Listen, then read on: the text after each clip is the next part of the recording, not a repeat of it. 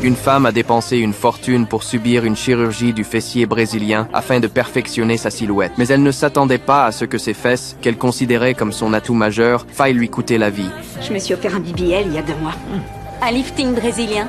Attention, docteur. Vous allez tacher votre blouse avec toute cette barre. Le docteur Warren est en train de soigner ses blessures lorsque Judith lui confie qu'elle se sent maintenant au sommet de sa vie grâce à sa nouvelle apparence. Mais Warren, perplexe, ne comprend pas vraiment ce qu'elle ressent. Il en parle à une collègue médecin pour tenter d'éclaircir ses pensées. Tu crois que cette femme a décidé de subir une anesthésie générale, accepter que des chirurgiens la charcutent pour aspirer de la graisse dans son ventre et lui réinjecter dans les fesses, tout ça pour pouvoir s'acheter de nouvelles tenues? La collègue lui explique que les femmes et les hommes vivent dans des mondes complètement différents. Dans le monde des hommes, il suffit de travailler dur pour obtenir des récompenses. Mais dans celui des femmes, c'est souvent la plus jolie, celle avec le corps le plus parfait, qui prend l'avantage. Car ce sont presque toujours les hommes qui prennent les décisions. Les réflexions du Dr Warren plongent dans un profond questionnement sur la valeur des femmes. Mais pendant 30 ans, aucun type n'a levé les yeux sur moi. J'étais la bonne copine avec les fesses archi plates. Quand du jour au lendemain, je suis devenue la star. Je m'étais jamais sentie si à l'aise dans mon corps. Les résultats des examens arrivent. La situation est critique. Il faut absolument l'emmener au bloc opératoire. Quand elle apprend que les médecins pourraient devoir enlever ses fesses qu'elle chérit tant, elle s'effondre. Elle refuse l'opération et cherche à obtenir un deuxième avis. Mais à peine a-t-elle terminé de parler que Judith tombe dans un choc septique. Allez, on y va, on bouge.